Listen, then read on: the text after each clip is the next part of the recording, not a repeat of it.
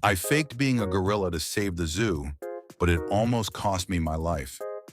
I'll never forget the day the zoo's only gorilla passed away. It was early in the morning, right before the zoo opened, and the loss hit everyone hard. That gorilla was our star attraction. People came from all over to see it. Without it, the zoo's attendance would plummet, and frankly, we couldn't afford to lose even a single day's revenue. The owner called me into his office looking desperate. "Listen," he said, "we've got a gorilla suit in storage.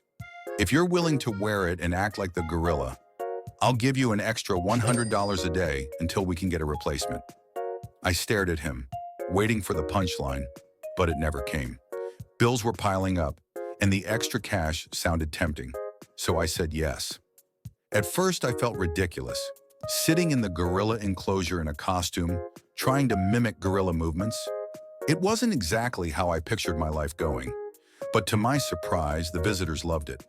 People were in awe of how human-like I was. The zoo attendance skyrocketed, and I became the unexpected star of the show. About a month in, though, the novelty started to wear off. Fewer people were coming to see me, and I knew I had to do something to spice things up.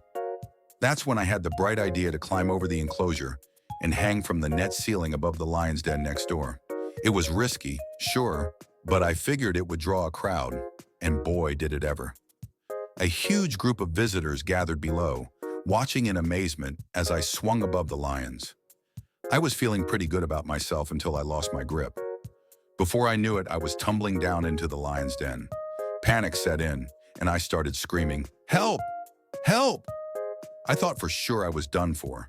Then out of nowhere, one of the lions pounced on me. I froze, expecting the worst when I heard a whisper in my ear. "Shut up right now, or you're going to get us both fired."